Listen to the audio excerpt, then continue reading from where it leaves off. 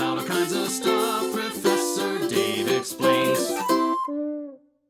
The first time anyone is described in writing as Jewish is in the biblical book of Esther, which uses this term to describe Mordecai, one of the heroes of the story.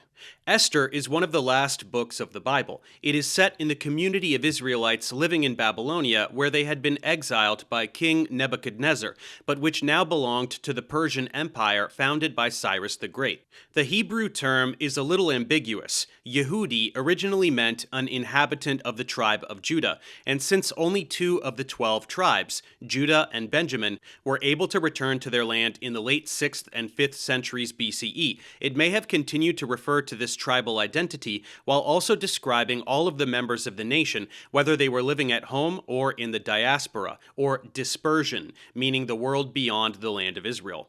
The confusion between these two meanings is not helped by the fact that the words for Jew and Judean are also identical in Greek, Latin, and Aramaic. The inhabitants of the diaspora were no longer Israelites, as they had no king, no temple, and no ancestral property. But they did have a connection with the land, and they came to believe that their historical relationship with their God could continue even in a foreign land. Instead of bringing their produce and animals to Jerusalem as offerings, they would offer their own prayers to their God. There were others who did return to the land at Cyrus's invitation and were allowed to rebuild Jerusalem and the temple in the last decades of the 6th century BCE, which is why the 600 years that followed are now referred to as the Second Temple period. This was a time when Jewish communities appeared throughout the Mediterranean world, Mesopotamia, and Asia Minor, in the larger cities where people from different cultures often mixed, and it was these same cities that would eventually form the first Christian churches. At the same time, the former kingdom of Judah was now a province of the Achaemenid Empire called Yehud, which, like other Persian provinces, was governed with the cooperation and the participation of its local leaders.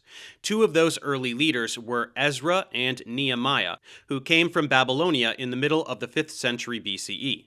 While Nehemiah was sent by the Persian king, in whose court he served, to organize the rebuilding and fortification of Jerusalem, Ezra, who was a descendant of the last high priest to serve in the First Temple, is described in the biblical book that bears his name as a scribe who is asked by the king to teach the laws of the Torah to those of his fellow Jews who had returned to Jerusalem in the previous century. Though we do not have the Persians' side of this story, we know that they supported communities centered around temples and led by priests in other parts of their empire. According to the story, when Ezra arrives, he is dismayed by the Jews' ignorance of their laws, and in particular by the fact that they have chosen to marry women from among the non-Jews now living in the area. He also reads the Torah in public for the first time since the return, and asks the people to renew their ancient covenant with God. This narrative suggests that later generations thought the Jews who had gone into exile had preserved their Israelite traditions, even though it was in Babylonia that the foundations of Judaism were being laid. There were also conflicts between the returnees and the people called Samaritans, which the Bible describes as the descendants of pagans whom the Assyrian Empire had settled in the north after they deported the Israelites in the 8th century. We are told that they wanted to take part in rebuilding the temple, but were rebuffed because they were not part of the people, though in fact they may actually have been Israelites from the northern tribes who had never left, and were now considered aliens by the Jews of Jerusalem. The returnees mainly spoke Aramaic, which had become the common language of the Persian Empire, and 2 of the latest books of the Bible, Ezra and Daniel, contain large sections in that language. Aramaic also later became the language of rabbinic scholarship, like the Talmud, which was composed by the Jewish community of Babylonia during the Sasanian period. The Jewish community of Yehud was led at first by a governor and a high priest. These governors, such as Sheshbazzar and Zerubbabel, were members of the family of David, which suggests that they were installed by the Persians as kings of a sort, while the high priests, who were once again placed in charge of the temple, were descendants of the same line that had served this function in the First Temple. But from around the middle of the 5th century BCE, political power seems to have rested entirely with the high priest, who became the liaison between the Jews and their foreign rulers. We have relatively few sources of information for the Persian period of the Second Temple era, though we know something about the ideology of its Jewish community from the Bible itself. Its historical narratives, which describe the period from the Israelites' entry into the land under Joshua through the end of the monarchy, may have been more or less complete before the Babylonian exile. But the other books could have been written any time between the 5th and 1st centuries BCE. Their authors tend to be of the opinion that the dynasty of David and the temple will stand for as long as the Jews respect their covenant with God, but if they violate it, they may be punished with death and exile at the hands of their enemies.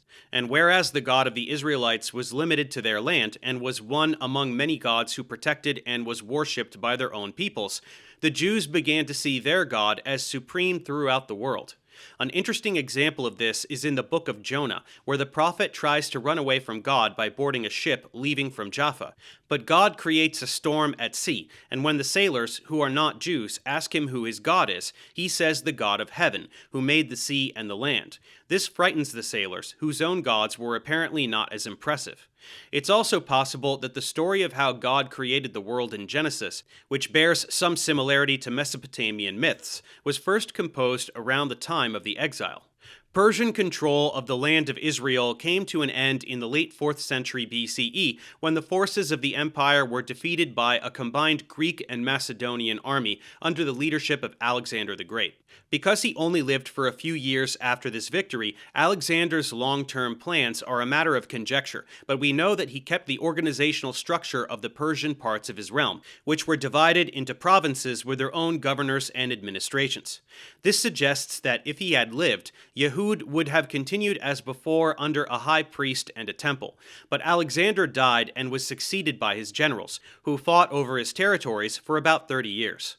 Finally, at the end of the 4th century, they reached an agreement which created 3 major kingdoms in Greece, Egypt, and Asia that would now be ruled by the generals and their descendants. The 300 years that followed are now called Hellenistic because they were a time when Greek and non-Greek cultures and societies interacted for the first time in ways that produced new forms of government, art, philosophy, literature, and religion. Greece itself was, at that time, at the fringes of the Jewish world, but the land of Israel and its Jewish population sat on the border between Egypt, which was now ruled by the Ptolemies, and Asia, which was ruled by the Seleucids. For the first 100 years or so, it was Egyptian territory, but it was conquered around the year 200 by the Seleucids during one of their wars with the Ptolemies.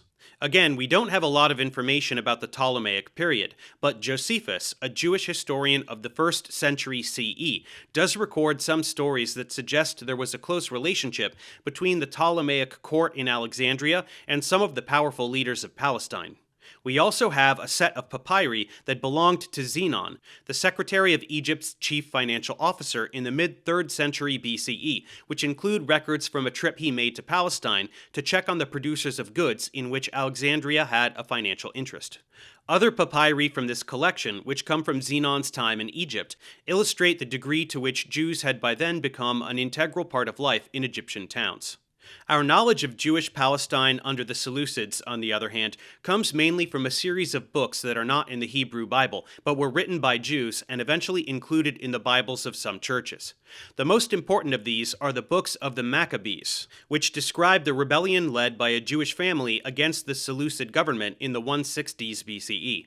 These books were written after the rebellion had transitioned into an independent Jewish kingdom ruled by the Hasmonean dynasty of the 2nd and 1st centuries, and they reflect the ideology of that dynasty, which saw the rebellion as a war between immoral Greek pagans and Jews loyal to their God and their traditions, which their enemies had tried to wipe out by forcing the Jews to live as they did. But the propagandistic tone of the books casts some doubt on their accuracy, as does the fact that we have no evidence of unrest from the time of the equally pagan Ptolemaic administration. Nor are there any other examples in either of these Hellenistic kingdoms of the government forcing a particular religious faith or ideology on its subjects. If anything, they tended to tolerate and even support the traditions of the ethnic groups that lived in their territories. Our Hasmonean literature, on the other hand, emphasizes the importance of resisting foreign rule under any circumstances, and contains the first stories of what Christians would come to call martyrdom, in which Jews are killed for refusing to worship pagan gods. It also portrays Gentiles as unclean, which explains why one Hasmonean king had the Edomites who lived in his realm forcibly circumcised. The story of the Maccabean revolt notwithstanding, most of the Jews of Palestine continued to speak Aramaic and live as they had before, judging by their general ignorance of Greek culture both then and in the centuries that followed. But the situation was different in the Jewish communities of the diaspora, which were based in Greek-speaking cities like Alexandria and Antioch. In those communities, the motivation to embrace Hellenistic culture seems to have come entirely from the side of the Jews, who began to express themselves in Greek terms and for a Greek audience. Josephus, for example, wrote history, which was a Greek genre, about the past of his own people, while the philosopher Philo of Alexandria analyzed the stories of the Bible in terms of classical Greek concepts. It was also the Jewish diaspora that produced the Septuagint, the Greek translation of the Bible. The picture that emerges from Hellenistic Jewish literature is of a community that was happy to take part in the intellectual and literary life that surrounded it, but saw itself as loyal to its own traditions. Jewish life in this community was centered around synagogues, which were not buildings as such, but the groups that met in them for prayer and study. Our main source for these early synagogues, as well as for the word itself, is the Acts of the Apostles, which tells us that Paul visited these Jewish congregations in his travels to Greece and Asia. The fusion of Jewish and Greek ideas was the context in which the early church spread from Judea to the larger Jewish world. The Septuagint was the Bible used by the authors of the New Testament, and Saul of Tarsus, who became the Apostle Paul, grew up in a Greek-speaking community and was familiar with Greek religious ideas and practices. There was also a large group of Gentiles, known as God-fearers, who associated themselves with diaspora Jewish communities but did not fully become Jews, which would have required circumcision, and it was from these people that Paul and his fellow missionaries would have drawn many of their Gentile converts to Christianity. As the power of the Seleucids declined in the 2nd century BCE, the Hasmonean kingdom, like other small states in the area, became allies of the Roman Republic, which was developing into the most powerful state in the region. But there were disputes within its ruling dynasty over succession to the throne, and in the middle of the 1st century it was replaced with the family of Herod, a descendant of the Edomites who had been converted to Judaism. Then, like many of Rome's other client kingdoms, it was absorbed into the Roman Empire as a province called Judea, but according to Josephus, there were often conflicts between the governors assigned by the emperor to Judea and its Jewish community. These conflicts led to 2 rebellions against Roman rule in both the 1st and 2nd centuries CE. In the first of these, which began in 66 CE, Jerusalem and the Temple were destroyed, and in the second, in 135, much of the country's Jewish population was killed, enslaved, or fled. This essentially brought an end to the Jewish state until the modern era, and encouraged the development of diaspora communities throughout the Mediterranean world. One of these communities was in Rome itself, where they made enough of an impact for satirical poets like Horace to single them out as a strange foreign element, and for the politician and writer Cicero to claim that the city's Jews had too much influence over its affairs.